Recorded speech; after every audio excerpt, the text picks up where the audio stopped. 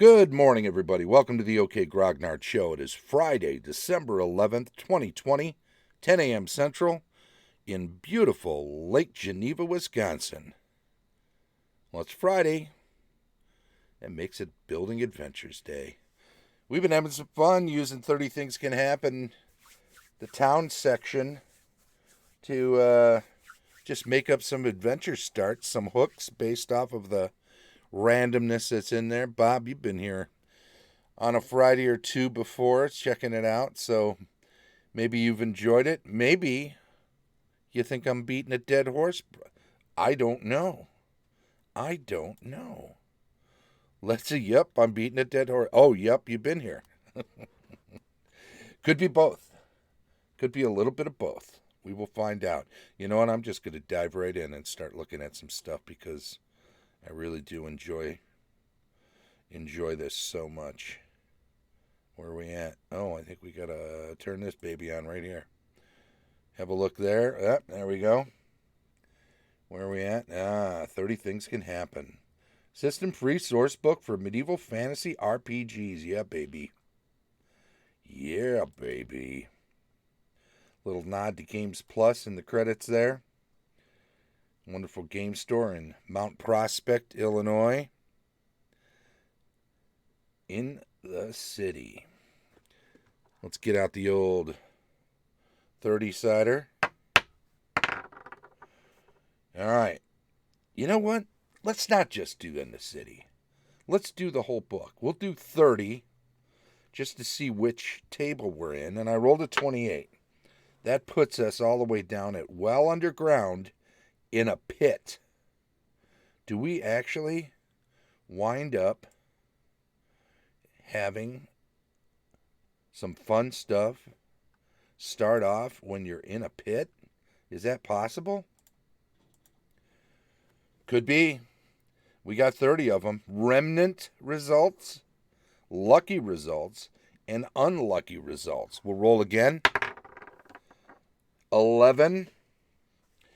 B, lucky results, 11. Dozens of spikes protrude from the floor, but they all seem to have been hammered pointless. That's a lucky result. Now, we can obviously imagine that somebody fell in this pit. They didn't snap off the spikes. They didn't disable the pit itself. But they thought, you know what? Let's take the teeth out of this dog and we'll just hammer down all the points on these spikes. It'll still be a pain in the ass if you fall in here. In fact, if the spikes are doubled over, maybe once you fall in, as you get out, some of your clothing and equipment can be torn on the hammered over spikes. So there's something to consider there. Maybe a dex check when you try to get up. If you don't make a wisdom check to notice they're all bent over, maybe you just automatically tears. Maybe if you make a wisdom check and you see they're bent over all the spike tips, maybe then you got to make a dex check as you're getting up to kind of wiggle your way through out of the spikes, because they got to be fairly close together. I mean, maybe a foot apart. Maybe you got that many spikes in there. Is that 81 spikes? If you have them in a 10 by 10 foot floor, if you got them 1 foot apart, then there's 9 spikes, right? And 9 times 9. There you go. That's how it works, right?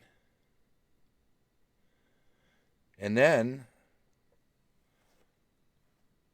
what if you can't see? What if you've fallen into a pit? What if it has one of those spring doors and closes up and you've fallen down and you didn't have a light source and you're human and you can't see? Then you just automatically, stuff gets torn. Now, what does get torn? Well, I would think things that stick out, right? I mean, a fold of clothing for sure could happen to be torn. But what about straps on your armor? What about things that if they get damaged, they actually cause you to lose a point of armor class. Because you got this, your chainmail's flapping over on the side. These are the kinds of calls that you'll need to make in the moment. But if when you're creating this pit trap, if when you're doing that, you can write down these various notes off on the side, a little sidebar for yourself. These are some of the things that might transpire because of this situation. You write a few of those down, you have some go-tos, right? When you're building that adventure and you're putting it all together and you're making your notes, add some notes for consequences. I mean, if you think of better ones in the moment or more in the moment, certainly randomize it and make it any number of them, right? But it never hurts to spitball a few ideas on your own, put them in your notes, have some at the ready so that when you're going to play the game, you got some stuff happening. Let's down this page and do one more with the 30-sider. Oh, just one less. Remnant results. Number 10. A broken tinderbox rests in the pit with flint, steel, and no tinder. Two wickless candles. Wickless candles. Were they pulled out? Wickless candles. I wrote that sometime back. 10-minute break. Hey, Rick. Thanks for popping in, buddy. You working on the factory floor today? Starting to get cold outside. I guess that cools down the temperature inside for you a little bit. Well, you know what? I'm not sure. Wickless candles. I think that's actually a thing. I'm going to have to do a quick Google search for wickless candles because I don't recall if that's actually something I should know about. Wickless candles. Yeah. Let's have a look over here. Interesting. Well, they are a thing. They are a thing. What is a wickless candle? Here we go. A wickless candle is a natural air freshener made with supersaturated soy wax that does not require any heat, light, or flame and will continuously fragrance up to 100 square foot room. 100 square foot room.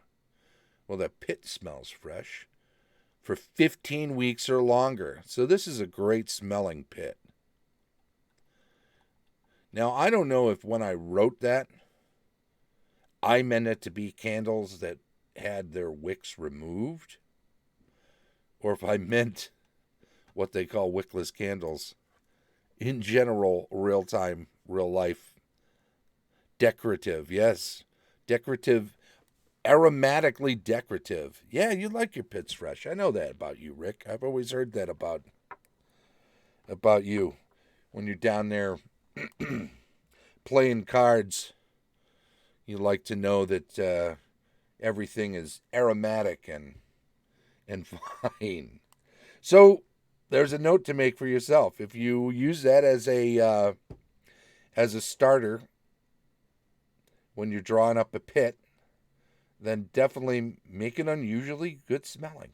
Maybe there's no wick in them. You just tell them that. You don't tell them why. You don't tell them that maybe they figure out that it smells really great down here because of this. Maybe in juxtaposition to that, you make sure you mention about all the blood at the bottom of the pit and the bones in the corners and maybe a rat gnawing on something, an old boot, so all this other disgusting stuff is going on, despite the fact that it really smells nice. There you go. All right, let's go one more on this one. 14. A half cask of fine ale. Lucky results, remember. A half cask of fine ale sits in one corner with a small leather sack on top containing a silver chalice. Okay. Now, of course, if I'm playing and I see that, there are red flags going off all over the place. A half cask of ale and a silver chalice. Well, it's in a sack. So it's not like it's just laying on the floor next to the cask. So if there was something untoward here, if somebody used the chalice to dig in on this half cask, then, well, maybe it's a half cask. Maybe it's not a half full cask. Maybe it's a half cask that's completely full and hasn't been drank from. So maybe somebody, for some reason, has left this silver chalice. Do we detect magic? I think we got to do that first if we have the ability to, because if this thing's magical, it just screams trap, right? I take a drink from this this ale using this silver chalice, something bad's going to happen. Now, if I can get out of this pit, do I take them with me? Does it disrupt the trap? Is it the chalice that's trapped or magical? Is it the ale? Maybe that's the thing. Let the chalice just be a chalice. Let that be the distraction. Maybe it's actually the ale is has some sort of potion woven into it. Something, maybe it's a good thing. Why would somebody leave it behind though, right? It seems like somebody sadistic would have left this down here as a temptation to somebody trapped in the pit. Maybe they expected somebody to fall in and not be able to get out on their own and no one there to help them. And as they're there rotting away, eventually, even if, why a potion? Narcotics. There you go. Good old narcotics. The Book of Vile Darkness says use drugs. Does it? I don't know. But I'll tell you what. It's not a bad thought. Doesn't have to be a magical thing. Doesn't have to be something you can detect by detecting magic. Maybe. Does find traps work on that? Do we discover a trap like that with the spell find traps? Maybe. I'll let somebody look it up real quick if they have a PHB handy. It's a is it cleric spell or druid spell? I can forget off the top of my head. But yeah, you know what? I'll have a quick look. That's my job, right? I'm the one doing the show. Get my act together here. Find traps, second level, cleric spell. When a cleric casts a find traps spell, all traps, concealed normally or magically, of magical or mechanical nature, become visible to him or her. Note that this spell is directional, and the caster must face the desired direction in order to determine if the trap is laid in that particular direction. Okay. Mechanical or magical or mechanical in nature. So if it's narcotics, it's neither mechanical nor magical.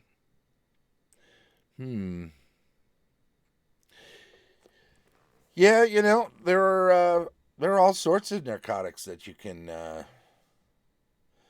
in honor of Rick being here, we'll say, what about something like a Black Lotus or some sort of Conan Hyborian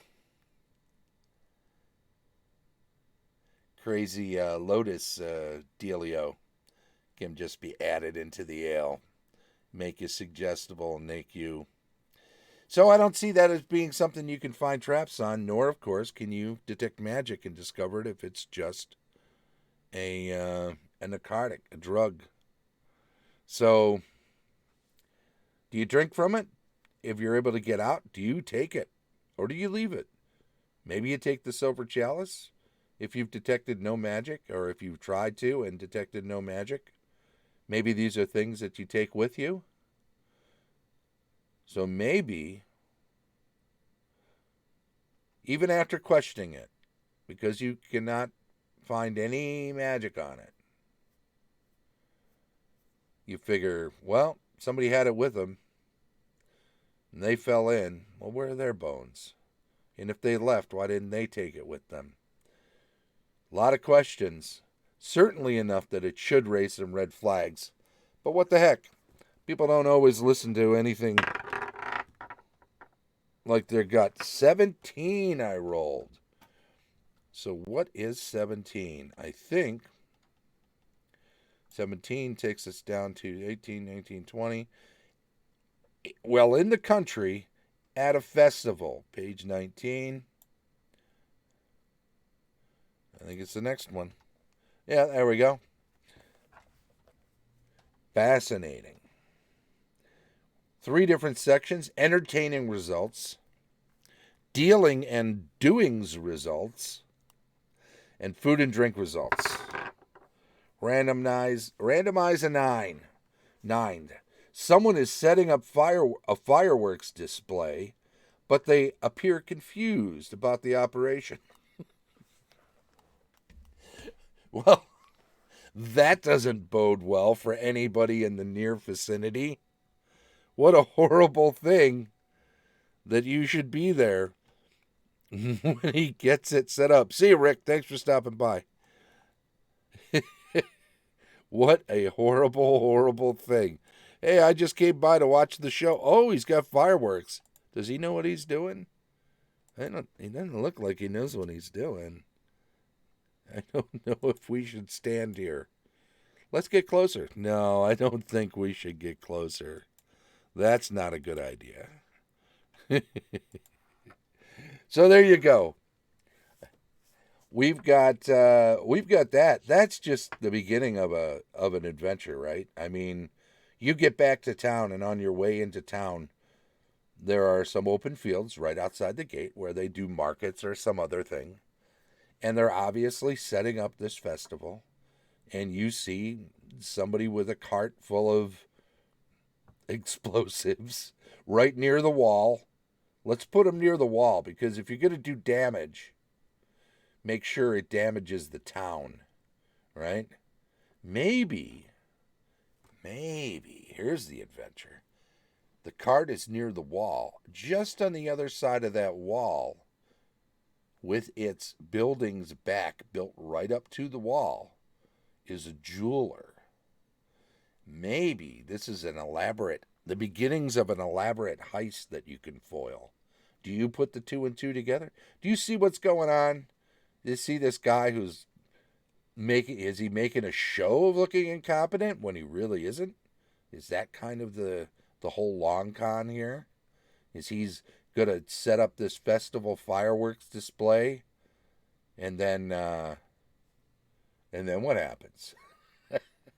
That night, as the fireworks are going off, there's a big explosion, a lot of confusion. A couple of ne'er-do-wells slip through the hole into the back of the jewelers, steal everything they can, and get away while everybody's milling around and trying to sort out the damage in the bodies. So there's an adventure right there for you. That's a good way to start one. Let's see, what else do we have here? Ooh, food and drink results, 30. No one else seems to notice the roast pig is being served, not with an apple in its mouth, but a small, bloody skull. Okay. No one else seems to notice. So you're rolling wisdom checks amongst the group. Whoever has the best one, right? It's like you've got to roll your wisdom or below. Whoever has the largest gap between their low roll and their wisdom is the first to notice, or the only one to notice, that there is a small bloody skull of what? About the size of an apple? Otherwise people would notice it, right? So it has to look at a glance enough like what people expect to see for it not to be noticed, right? So it has to be about the size of a baseball, maybe a little larger, right? So there's this small bloody skull. So what is that size? What if it's like an imp or a homunculus, something like that. It could be just an animal, but would have to be kind of roundish, right?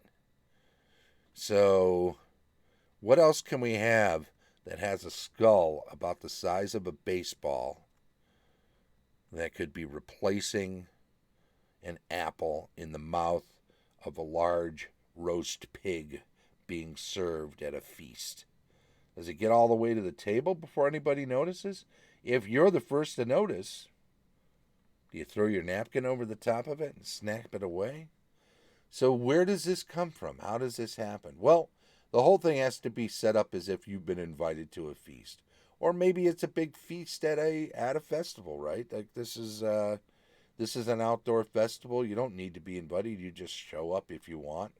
And when they finally bring out the big roast pig, no one sees to notice the roast pig is being served. Okay, so when they finally take that down off the spit, at that point, somebody shoves this bloody skull about the size of an apple into the mouth. Do you notice it then? Probably not. Probably not. We probably want that to be part of the mystery, right? So we need that to be discovered later. Well, whoever puts it in the mouth, maybe an apple was put in the mouth first and on its way to the table, whoever was serving it, probably going to require several people to carry this. Maybe it's on some sort of cart. And maybe somebody who's helping push the cart slipped up there to help push the cart, pulled out the apple and slipped in the bloody skull. So maybe it's a message. Maybe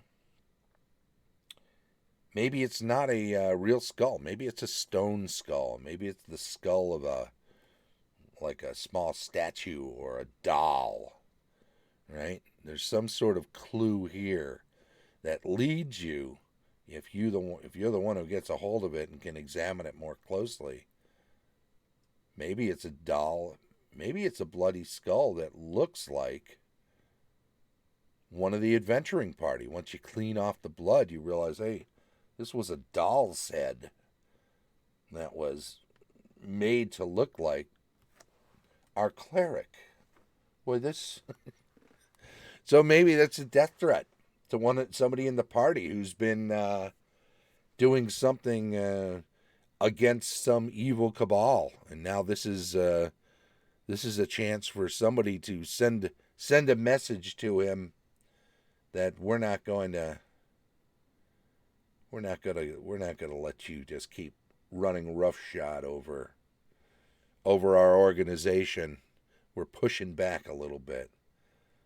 Something from the Thieves Guild. If you use assassins in your game, something from the Assassins Guild. Maybe just some sort of syndicate muscle. Maybe a mercenary company that you run afoul of because you were fighting some big bad guy and he had hired some mercenaries, and now you've made their mercenary company look bad, so other big bad guys aren't hiring from them anymore, and now they got to prove that they're better than you so that they can reestablish their reputation amongst all the big bads in the land. Perhaps that's it. Well, I'll tell you what. Let's do another one. Let's start from the top again, though. What do we got? 24. Well, I think 24 takes us to... Oop. Yep, there we go. 21, 22, 23, 24. Well underground in an expansive cavern. I think it's the next one. There it is. 3 different sections. We've got natural results, modified results, and chance encounter results. Let's randomize here. Yeah. Mercenaries, says Mark. Got to live to enjoy your money, but you got to have money to be a mercenary. Their renown is damaged, and they took casualties. True. Not to mention that they took casualties, right? Their reputation is shot, but maybe they lost a few of their best guys. Some guys that were some of their best recruiters and best trainers of other guys, or who knows, maybe relatives of whoever heads up the company. A couple of his nephews were part of this contingent that wound up getting slaughtered by the good guys when they went after this bad guy. Absolutely. All right, let's roll one up for the expansive cavern. 15. There is a clear pathway through the jutting rocks in this cavern that has been tread by many feet over time. All right. Well, on its face, that's a simple enough thing. It would make sense that if a cavern has been used and people have gone back and forth through it over time, a clear path, whatever was the path of least resistance that avoided the rocks and made it easy. Cult Cave. Yeah, there you go. There's a regular path that gets used often enough, frequently enough, that it is trod and easy to tell where it is. So that suggests somebody comes and goes from here. As you say, Mark, a cult cave, dark elf raiding cave. Somebody going through here, and not just recently, right? This is a well-tread path. It could go back generations. Alternately, some sort of creature, some long-lived creature that comes in and out through here to get to an exit out into the open land where it can hunt. So maybe there are other signs along this path, little bits of bone and fur and whatever else, remnants of the kill that it might drag back into its lair through this cavern. So maybe we need more than just obvious trail. Maybe we need other signs that can then be followed. Aboleth cult cave. There you go. Could be all sorts of things. Well, there you go. I'll tell you what. We're at the we're just about at the half-hour mark, so I think we'll wind it down here. I want to thank everybody. Construct Patrol. Yeah, maybe it's maybe there's an undead patrol that goes through this cavern on a regular basis. It's an unnatural path, but they just follow the path of least resistance, so that's what they find. All right. Well, let's see here. Let's pop this off here. I want to thank everybody. Thank you very much for coming on in. Endlessly walking undead or construct. Just going back and forth. Patrolling. They've been given their orders, and they will do this decades, centuries, whatever it takes. Thanks again, everybody. Thanks to everybody who follows the show, and when you chime in on the stream chat, it is a big thank you to you for that, too. This has been the OK Grogner Show. It's Friday, December 11th. We've been building adventures, not just using a town, but for everything coming out of 30 Things Can Happen. I'll put a link in the show notes if you're interested and you don't have it yet. It might be something fun to pick up. I want to say that for another week yet, we're still using the 10 a.m. schedule every day. And that means tomorrow we'll be doing GM reviews. We'll do a rules retrospective on Sunday, weekly news and announcements on Monday, cartography and world building on Tuesday. Wednesday is campaign discussion. Thursday, GMing tips, and back around the horn for one last building adventures next week. Before we go on vacation after the 21st for 2 weeks, we'll restart the show in the new year. January 4th, we'll do shows on Monday and Thursday. They'll be a little bulkier probably. Those will be our only scheduled shows. Mondays will always be what's going on in the news, whether it's what conventions are coming up, some product reviews, some reviews of things outside of D&D that we want to maybe bring in and get some inspiration from. All of those sorts of things on Mondays, and on Thursdays in game stuff like this building adventures, campaign discussion, GMing tips, world building, all of that fun stuff, including rules retrospective, will be our Thursday show. We'll put it all together. We don't have to bust it up and worry about when there's any sort of overlap. I want to thank everybody. This has been the OK Grognard Show. Hey, if you're catching up with us on YouTube, please do subscribe to the channel. Give us a thumbs up for any videos you're watching and enjoying, and also feel free to make comments if you like. This has been the OK Grognard Show from beautiful Lake Geneva, Wisconsin. Bye-bye.